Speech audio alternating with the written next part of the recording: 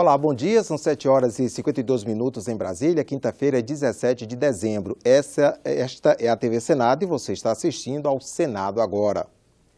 O Congresso deve aprovar hoje a Lei de Diretrizes Orçamentárias e o Orçamento da União para 2016 e assim entrar em recesso. A informação é do presidente do Congresso e do Senado, Renan Calheiros. Nós vamos votar créditos especiais, a LDO e a LOA. Em seguida nós vamos fazer a sessão do Congresso e votar o restante da pauta que foi combinada.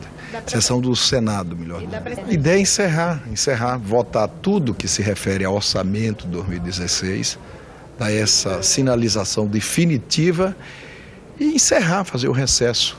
A produção do Senado foi muito boa, apesar da crise. Vamos fazer um balanço na sessão que começará meio-dia e vamos, pela manhã, logo cedo, 10 horas, votar as outras matérias que diz respeito ao orçamento. E ontem, senadores e deputados fizeram uma maratona de reuniões para aprovar matérias orçamentárias de interesse do governo federal. Tudo isso em meio à notícia de que mais uma agência de classificação de risco de crédito tirou do Brasil o selo de bom pagador. Vamos ver na reportagem de Karine Beluso e Mariana Abreu. A agência Fitch é a segunda a tirar o grau de investimento do Brasil. Além das frequentes mudanças nas metas orçamentárias, a decisão da agência leva em conta uma recessão mais severa do que a prevista anteriormente, a deterioração das contas públicas e crescentes incertezas no campo político. O mais importante é a gente garantir o que vai permitir a gente fazer uma meta.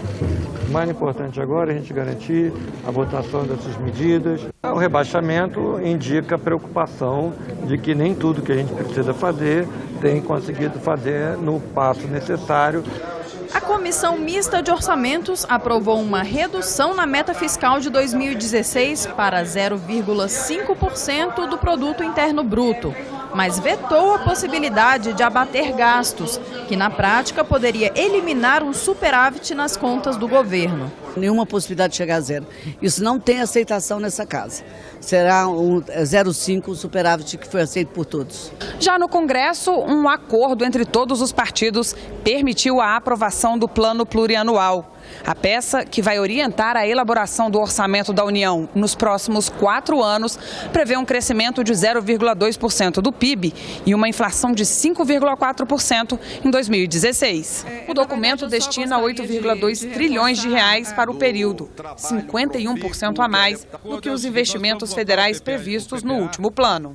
O fato de termos, inclusive, um acordo para oferecer ao país a condição de ter um PPA, de ter uma LDO e de ter um orçamento, não significa que nós concordamos com tudo que está ali. Pelo contrário, nós temos profundas discordâncias com alguns aspectos e alguém poderia dizer, simplesmente então usa um artifício que é até legítimo, de obstruir, mas nós não faremos isso. Pelo menos é essa a orientação do PSDB, porque nós não fazemos oposição ao país. Destacar também aqui o esforço que houve de muitos parlamentares para incluir obras de rodovias, ferrovias, portos, aeroportos, obras de infraestrutura, aperfeiçoando ainda mais tudo aquilo que o governo federal já tinha planejado no PAC e no PIL. Com a aprovação do PPA, a Comissão Mista de Orçamento voltou a se reunir para discutir a lei orçamentária. O item mais polêmico foi o corte de 10 bilhões de reais no programa Bolsa Família proposto pelo relator.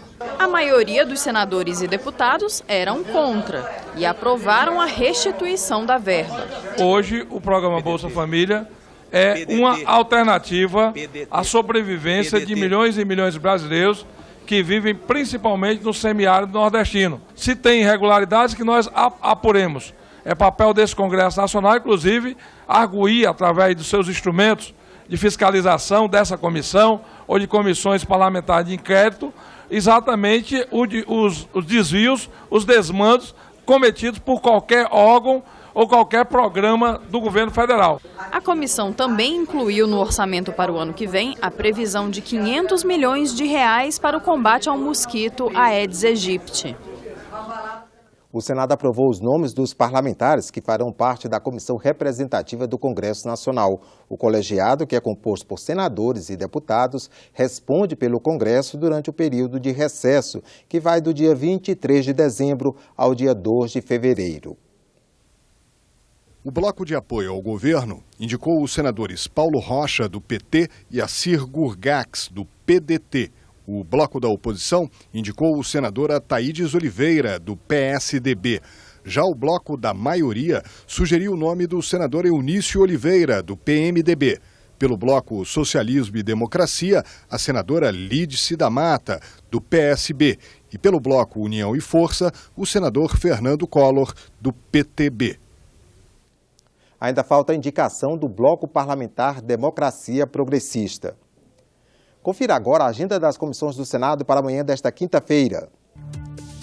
A Comissão de Agricultura e Reforma Agrária faz avaliação da política de extensão técnica e extensão rural para a agricultura familiar e reforma agrária. Também na pauta, o exame do projeto que modifica os processos de registro e inspeção de bebidas. Por fim, a comissão discute o relatório de atividades do colegiado em 2015. A Comissão Mista da Medida Provisória 689 faz reunião para discutir o relatório final dos trabalhos. A MP obriga o servidor público licenciado ou afastado sem remuneração a continuar contribuindo para o regime previdenciário. A audiência pública na Comissão de Desenvolvimento Regional e Turismo para debater a iminente construção de 12 empreendimentos imobiliários em Pirinópolis, Goiás. As construções poderiam comprometer o tombamento do centro histórico da cidade. O Conselho de Ética do Senado tem reunião às 10 horas da manhã para a escolha de relatores dos processos contra os senadores Randolfo Rodrigues e Delcídio do Amaral. A sessão será transmitida ao vivo pelo canal 2 da TV Senado no YouTube, pela página da TV Senado na internet e para telespectadores de Brasília, também pela TV digital. Faleceu nesta quarta-feira o ex-senador Cláudio Honor Couto Roriz. O político nasceu em Jardim, no Ceará, em 1939. Estudou medicina na Universidade Federal de Pernambuco e exerceu o mandato de senador por Rondônia entre 1983 e 1985. Os impostos vão aumentar para vinhos e bebidas destiladas e também para produtos de informática. É o que determina a medida provisória 690, que o plenário aprovou nesta quarta-feira. As novas alíquotas começam a valer no mês que vem. A medida provisória muda a cobrança de tributos para 3 áreas.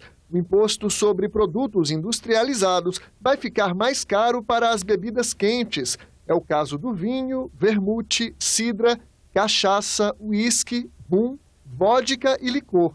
Em vez de um valor fixo, o IPI será cobrado sobre o preço final do produto. Nós procuramos dar um tratamento diferenciado ao vinho e à cachaça, porque além de empregarem muitos trabalhadores, são responsáveis por uma atividade, boa parte de agricultura familiar, então procuramos reduzir um pouco a carga do IPI sobre esses segmentos. A MP também mexe no programa de inclusão digital, que reduziu a 0 a cobrança da COFINS e do PIS/PASEP para equipamentos de informática.